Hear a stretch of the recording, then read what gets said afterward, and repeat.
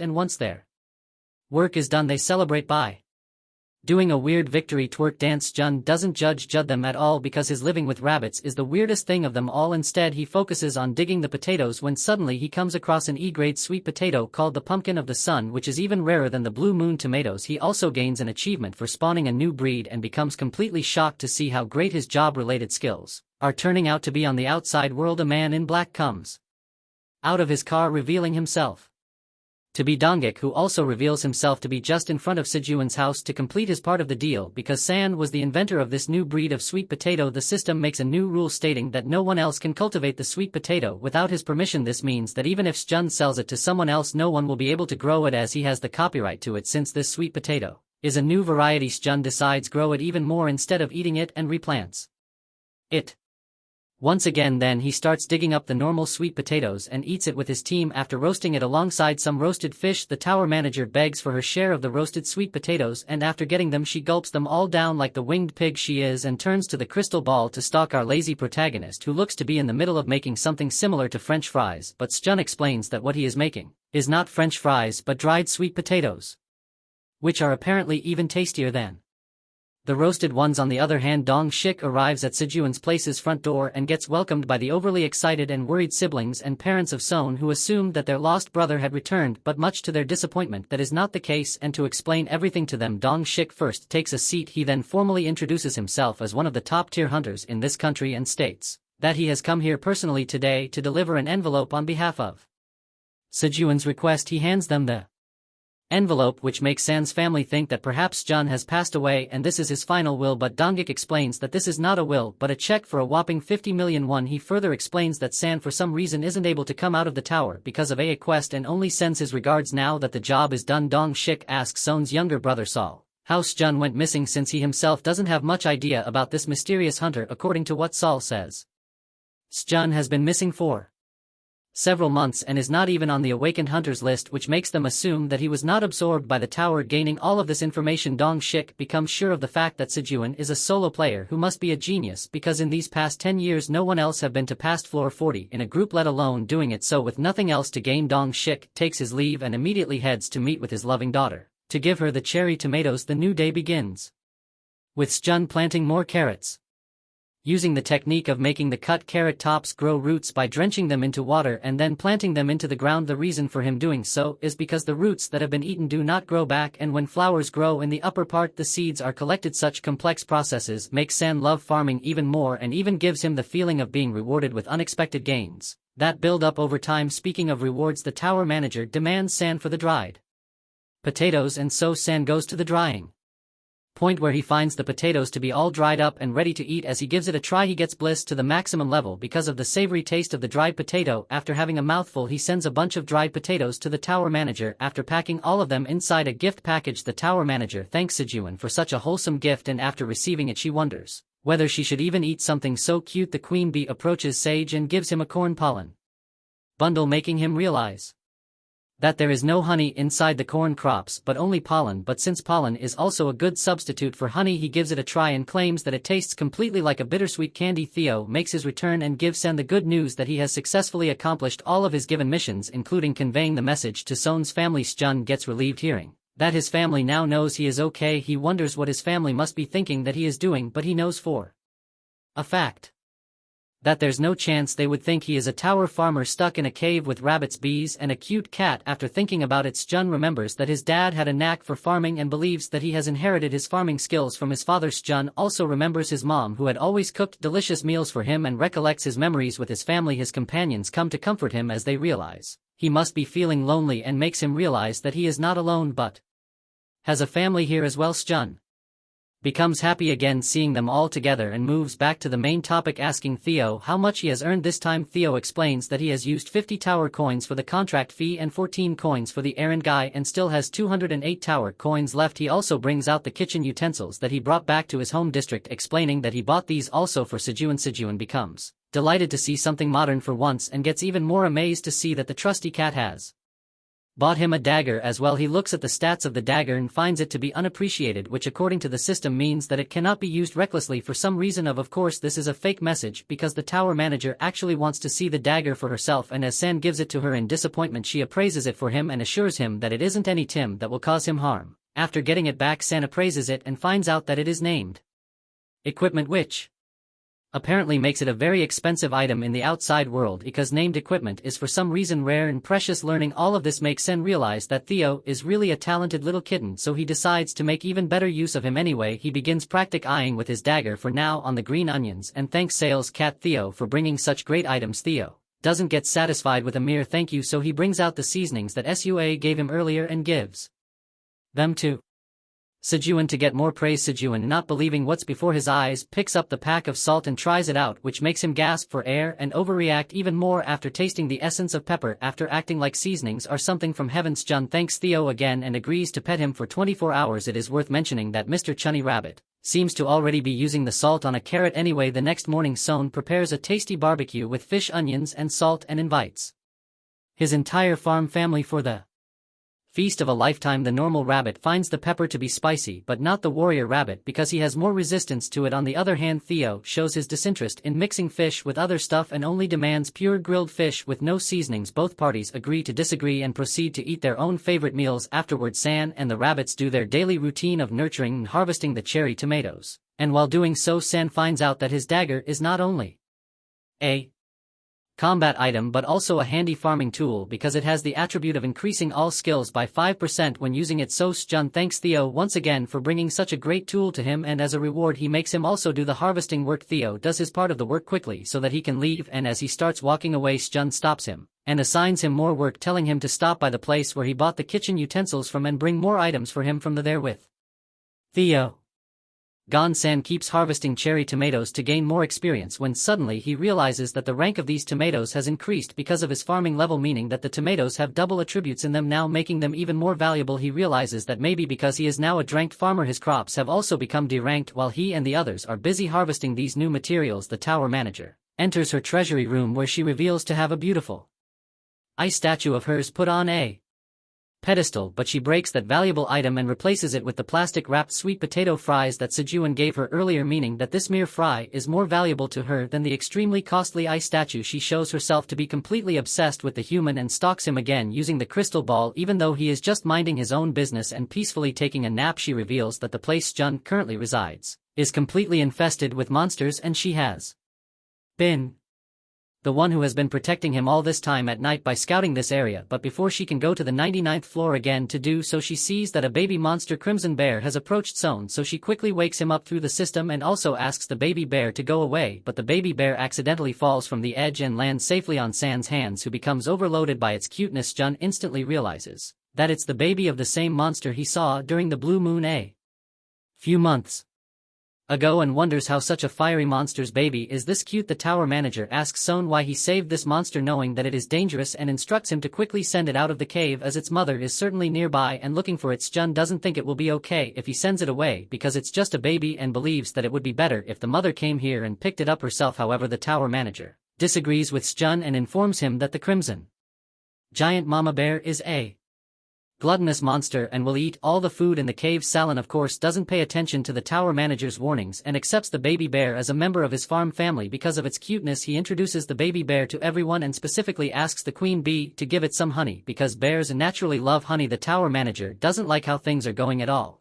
and for San's own good she assigns a quest to him stating that if he doesn't send the baby crimson bear out he will starve to death. Even when this is a direct order, San doesn't listen to her as he doesn't think that such an innocent person can cause him any harm, so the tower manager takes the quest down and tells San to do whatever he wants. In the midst of their argument the baby bear falls asleep, so San lets it sleep with him today and decides to send it back the next day, but unfortunately for him the baby bear is also a gluttonous monster, and when he wakes up the next morning he finds out that the baby bear has gulped down all of the items from the storage and has even grown double in size because of eating so much. Sejun realizes his mistake and regrets not listening to the tower manager, so he quickly apologizes to her and finally considers sending it away before it destroys his entire farm, but he has still yet to come up with a way to send it out, and because the most basic way to climb someone out of a high wall is to tie them up, he makes a rope using green onion leaves and ties the baby bear with it. Then with the help of the rabbits and the bees. He pulls out the bear from the cave and sends it away, telling it to return to its mother because San Finley listened to the tower manager's command. She sent him a job-rated skill reward named seed gathering that increased the chance of obtaining better seeds when harvesting crops. A few days later he once again returns his farm to its former glory, but unfortunately for him the baby bear returns again, this time with its mother. Sejun gives up on his life, assuming that the mama bear has come here to eat him. So he gets on his knees and begs her not to eat him, saying he's not tasty and only eats boring tomatoes. However, the mama bear is not here to eat him, and the tower manager confirms that as well, saying that the mama bear is actually here because it wants more honey to feed its baby. According to the manager, the mama bear also promises to protect the surrounding area for Sejun in return for the honey, which is a great offer. So Sejun of course happily agrees on the deal and gets on his paws to get outside the cave for the first time and see the actual world of this tower for the first time ever. As he looks around, he finds himself near a mountain area and becomes totally amazed by the view of this place. In this distance he sees a huge beam, which according to the tower manager is a waypoint that allows hunters from outside the tower to move between floors. This means that if Sejun manages to use the waypoint, he will be able to leave the 99th floor and get out of the tower, but to do so he will have to go through the wilderness, and since it is impossible for him to walk all that way, he turns to Mama Bear and asks her if she can take him to that beam. In response she says that she cannot do so as there are around 3,000 monsters that way, and because it is not her territory she too will become a target for them, so that is not an option anymore. Mama Bear explains that its territory is only from the inside of the forest to the surrounding area of this place, and that is why most monsters don't come to this place. But if Sejun goes out of her territory she will no longer be able to protect him. With that being said, Sejun discards his idea to escape momentarily and brings out a bottle of honey for the cub bear. As per the deal, Sejun also offers the mama bear some, but she says she is fine and thanks him for helping its cub grow so much in a single day. She also adds that there is nothing to eat in this environment, so she is grateful to Sejun for feeding its cub honey. This also means that the mama bear has been starving, and because she has now become Sejun's friend, he offers to cook some food for her with the help of the rabbits. He quickly cooks her a tasty fish, tomato and carrot stew and tells her to feel free to have all of it. Mama becomes so happy about San's generosity that she gives both him and the rabbits a huge bear hug and thanks him once again. The tower manager, who has been watching everything, also makes her comments saying that she only thought the bear would be dangerous because she herself knew that the bear was hungry, but she didn't expect that San would be able to establish friendly relations with such a dangerous monster. Now that things have turned out to be this way, the tower manager can only hope that San will increase his farm area and give her more food every day. On the other side of this story, at the Wandering Merchant Inspection Bureau headquarters, Agent Zara looks up Theo's files and doesn't find anything out of the ordinary, much to his disappointment. Even in this little information on Theo, what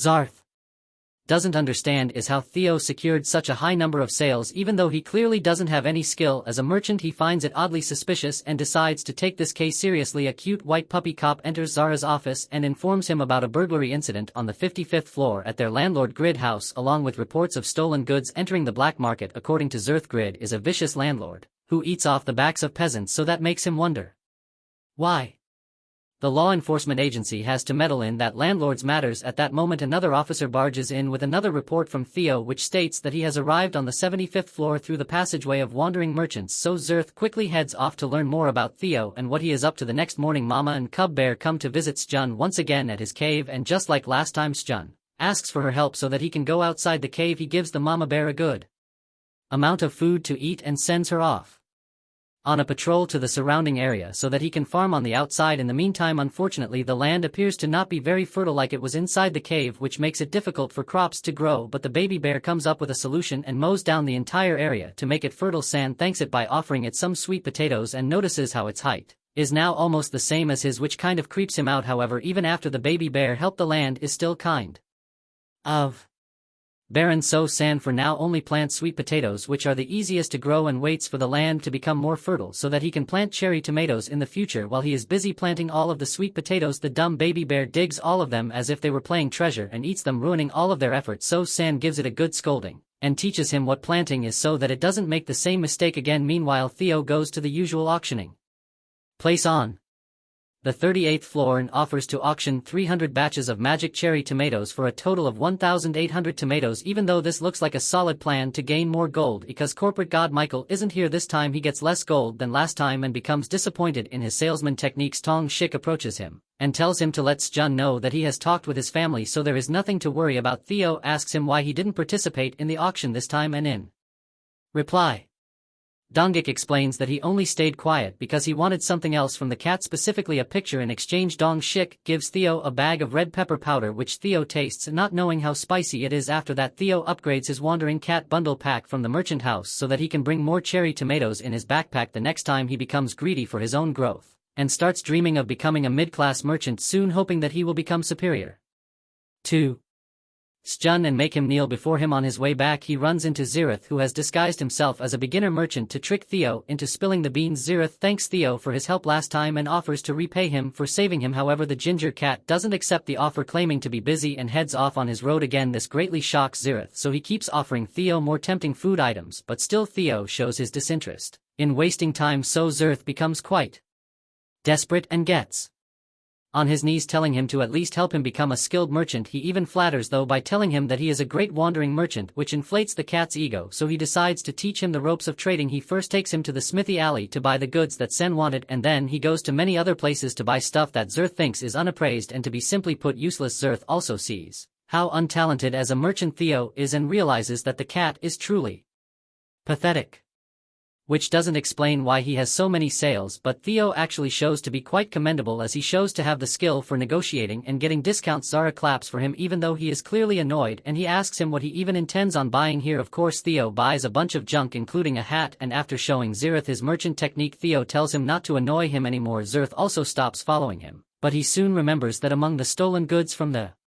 landlord Grid's house, the hat is one of them, meaning that Theo actually has a knack for buying good items. Back at the cave, Sejun separates the seedlings from the carrot flowers as he has to plant half of them in the cave and the other half on the upper ground. On the other hand, the rabbits gather fish because they want to have dinner now, so San stops working and starts making fish soup for them. He also harvests some well-ripened cherry tomatoes, and that helps him increase his harvest level to level 4, which unlocks a new effect that allows the user to have a chance to increase the harvested crop level by 1 level. San realizes that maybe if he levels up all his skills to level 4, new effects may be added to them just like in Harvest, but he doesn't put much thought into it for now as he has to prepare dinner for his farm family and prepare the fish soup for Mama Rabbit, who reveals to be pregnant with Papa Rabbit. The baby bear comes there to join in on the breakfast just in time, so San first heads outside with the help of a rock as a pulley and explains that it was all thanks to the Mama Bear who originally brought the giant boulder here, and thanks to her he now has a manual elevator from the cave to the outside area. Sejun gives the cub bear some roasted sweet potatoes, and after eating all of them the cub takes the last one and naively plants it down in the ground thinking that it will sprout. Seeing this, Sejun and the rabbits laugh at the spectacle and explain it simply by saying that cooked stuff doesn't grow. While they are having a good laugh, the queen bee reveals that she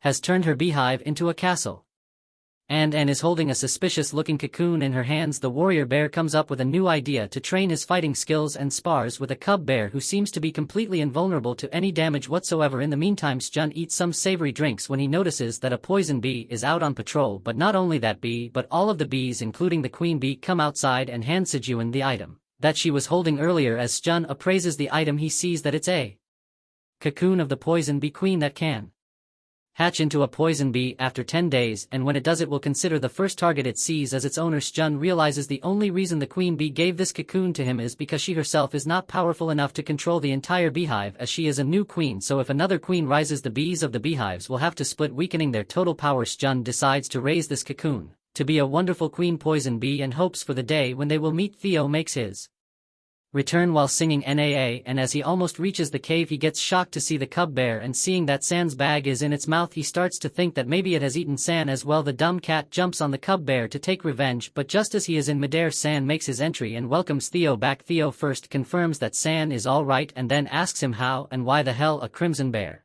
is just chilling around here. San starts from the beginning to explain everything and calms down the ginger cat anyway. Sejun himself gets annoyed by calling the bear cub by bear cub, so he gives it the rather pathetic name Kung, showing that he has no sense in naming people. Kyung loves his name, so who are we to judge? Theo doesn't like the fact that another being is getting the attention of Son, so he quickly diverts his attention towards him and tells him what missions he has accomplished up until now for doing his job perfectly. San treats Theo to some churu and even pets him. While doing so, Quinn comes to have his share of the churu, which gets Theo mad, and as both of them get into an argument Kwong screams out for his mom, who comes jumping there in anger and makes Theo realize that he has messed up badly. Seeing the gigantic crimson bear in full rage mode, Theo does what cats do the best, act like a total p-word and introducing himself to the mama bear while trembling in fear knowing that the mama bear is about to hurt him. Theo shows her his wandering trader batch which disallows any monsters from hurting merchants. But Mama Bear doesn't care and roars loudly at the dumb cat, who this time completely loses it and apologizes to Kyung while crying like a baby. Son also explains to Mama Bear that it was just a small argument between these two and promises her that nothing bad has happened, so Mama Bear finally calms down and leaves again to patrol the area. Sejun apologizes to Theo even though he should be the one apologizing to him for being immature, but in any case, both parties make up with each other, become friends and live happily ever after while all of them are asleep. Mama and Papa Rabbit come out of the cave and put their right hands right into Theo's pouch. The Papa Bear brings out the hat that Theo has bought from his home district and puts it on, but seeing that it is too big for him, he then gives it to the sleeping Sejun, who is the rightful owner of it, while San's farm family is sleeping in peace somewhere in another chaotic dimension. Many dragons seem to have gathered around a powerful man named Kaiser, who is desperately trying to open the tower. The person named Anton Fatani tells the man to calm down, but the man explains that he cannot sit around when Ain is all alone. Of course, Ain is the tower manager, which means that this man and Anton are dragons as well, which also opens the doors for Ain, the tower manager, to become a love interest of Son. According to Kaiser, it has been 10 years since the last seizure of Ain, but even after getting the medicine he hasn't been able to open the portal for some reason. Moreover, the emergency system of the tower apparently doesn't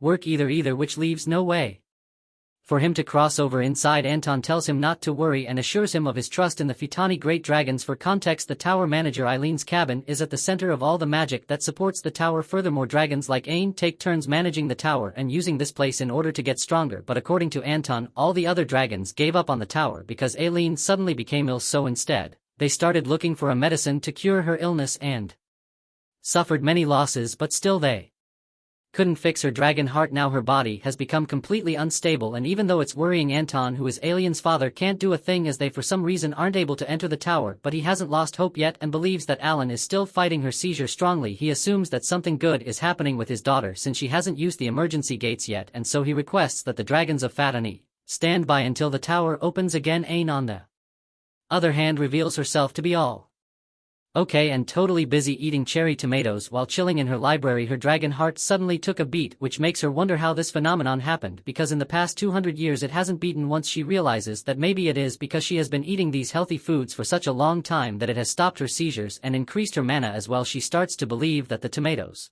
will be able to heal her dragon heart one day as well, and she decides to protect tower farmer Sejun so that one day his tomatoes can heal her completely. She, being the 200-year-old creep, starts spying on Sejun again and sees that he has yet another unrated item, which brings out an evil giggle out of her. Sejun wakes up to the sound of system messages from bombarding his face and sees her message that asks him if he remembers her given warning, which states that unappreciated items being used recklessly can put him in big trouble. Sejun doesn't understand what she means until he finds the straw hat on top of his head and realizes Theo was the one who brought it for him, so he quickly appraises the item with the help of Ain, and as he gives the hat to her, she uses her appraisal skill on the hat and realizes that the item is quite excellent this time, but she doesn't want to give it back for free, so she asks for crops full of blue moon energy in exchange for the appraised hat. Agrees to the deal and thanks her for always helping him, because both of them now share quite a friendly bond. Ain shares her full name with him, telling him that it is a great honor for the ones who know her true name. Although San doesn't care, he thanks Aileen for sharing her name, and Pinky promises her to give all of his crops full of the energy of the blue moon during the next blue moon, with their first promise being held. Ain sends San his hat back, which turns out to be an artifact. The system shows that this artifact is specifically made for farming and has the unique skill of protecting Mother Earth. Not only that, this art is apparently one of the only 10 artifacts in the tower, making it an extremely rare and valuable item. Sejun eagerly wears it, and after the hat confirms that he is a farmer, the artifact's grade level increases to San's farmer level D and also adds 2 more skills called Farmer's Body and Good Harvest. In the case of the first skill, Protection of Mother Earth, this skill grants protection to the farmer's all-owned farmland. Next, a Farmer's Body increases the wearer's stats by 3 because a farmer's body always has to be story, and lastly, a Good Harvest raises the probability of having a good harvest. Simply speaking, the skills of this straw hat are truly amazing, and Sejun also thinks the same, so he thanks Theo for having gold hands. He even kisses Theo's gold hands and promises him that he will pet him for 1 whole week. Later at the cave, everyone gets tensed and silent as it is Mama Rabbit's delivery time. The sickle rabbit comes out holding 3 baby rabbits, and Papa Rabbit comes out with 3 more, bringing a total of 6 new members to this farm family. Theo realizes that he has become an uncle, so He gives his precious churu to these newborn rabbits even though normally he shares them with no one, so everyone should have a good laugh about it. Meanwhile, at the waypoint of floor 99, a mysterious beast man reveals to have set path here along with his army ready to find his prey in the next blue moon. This beast man reveals himself to be this floor boss, the king of horses and cows, and is most definitely looking for the tower farmer for plot reasons. Soon after, Sejun's farm begins blooming with flowers and crops, and even his harvest increases by 50% because of the farmer hat artifact effects. Theo tries to be a responsible uncle and constantly keeps the newborn rabbits away from danger by always sticking by their side. Being the cool uncle, Theo goes out on a short adventure with the baby rabbits and gets the approval of the mama and papa rabbits as well. With everything going smoothly, the day of the blue moon arrives when all of the monsters are forced to become enraged, so everyone along with Theo makes the necessary preparations to hide from the blue moon's light, and as it begins, a loud noise pierces through Sejun's ears, making him wonder what kind of monster is responsible for such a loud roar. He tries to put tomatoes in his ears as an earplug, but even that doesn't work, and as the noise comes closer it becomes clear to him that these are the cries of cows, making him wonder what cows are doing here on the 99th floor. He quickly forgets about the noise as his attention diverts towards his crops, which are constantly affected by the blue moon. Hoping for a good harvest, he takes a nap. And the next day he goes outside with Theo to check if the outside field is safe as well. Unsurprisingly, he discovers the entire surrounding area to be torn apart and completely destroyed, possibly by the cows, and judging by the huge footprints he realizes that they must be extremely strong. But Sejun as usual finds something useful even in this disaster, as he realizes that because of all this digging and dirt piling, the mysterious cows have done him a huge favor, as the dirt pile has better soil than the usual barren soil. Thanks to them, Sejun finally believes that he can now turn this barren area into a bountiful field, and to make his dream a reality he will first have to refill the holes made by the cows with this fertile dirt. But because forklifts do not exist in the tower, Sen wonders he should do so. Ain sends him a message telling him to return to the cave quickly as the outside area is dangerous since Mama and Kyung aren't there. Sejun also remembers that he has made a promise to Ain, so he quickly returns to his base and harvests all of the blue moon crops, including the blue corn and blue tomatoes, and sends them to her. Ain eats them all at once, hoping it will make her dragon heart pound again, but instead of working it causes a side effect and makes her fall to the ground abruptly. Meanwhile, San, who has no idea what is happening to the tower manager, cooks one of the blue moon corn by steaming it, and decides to make corn silk tea as well. He shares the food with the rabbits as well because they are the biggest contributors to this farm. Every one of them is enjoying this exquisite delicacy, and afterward they go back to the farm again to harvest more crops, repeating the boring cycle over and over again. This time, because of his increment in level, the corn gets attached to a new attribute that lets the consumer have better skin, which makes it an amazing product to sell. Mama Bear and Kwang come to the cave after 3 whole days, so San warmly welcomes them by giving them a bottle of fresh honey. At the same time, Theo takes his leave as he needs to do more sales work to live up to his reputation. With him out of sight, Son decides to finally organize the destroyed field by the cows. Speaking of the cows, their king assembles all of them in front of the waypoint and scolds every single one of them for failing to bring any food to eat. The king wonders why there is no grass here in this land, as when he was here last time the place was a green meadow full of high-quality grass. Apparently it was his own mistake, because in the past when he ordered his subordinates to scatter throughout the territory and eat grass during the blue moon to get stronger, they themselves destroyed all of the grass and turned the meadow into a completely barren land. The cow king, or to be more exact the minotaur king, wonders how they are going to find grass now, as the young minotaurs are starving and need food to survive. A ray of hope flashes before him as a minotaur reveals to have a sweet potato stuck on his horns, making him wonder where this soldier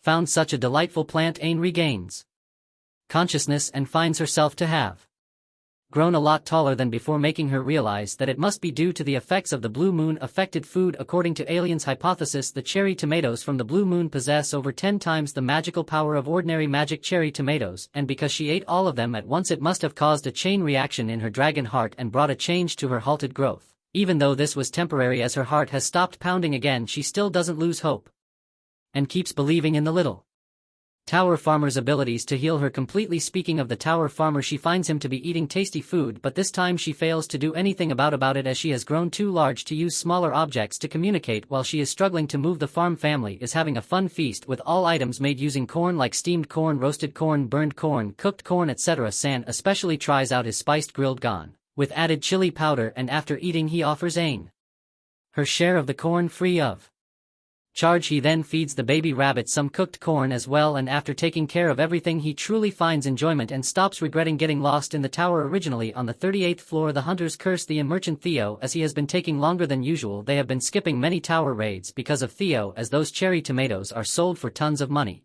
In the outside world, assuming that Theo won't come even today, most of them decide to leave except Sua the cat enthusiast, who doesn't want to stay for the auction but only wants to give Theo some churro. Theo, on the other hand, is on the 60th floor currently using the wandering merchant's secret passage, and as he makes his way to the 38th floor, a gang of wolf mercenaries reveals themselves to be on his trail as they want to get the straw hat artifact for themselves. Zeroth sees the sudden danger coming, so he also follows Theo to protect him from these troublesome people. Will the ginger kitty die, or will the tower farmer also tame these dumb wolves, being the greatest beast tamer of them all? Thanks for watching. If you'd like the next part, comment below.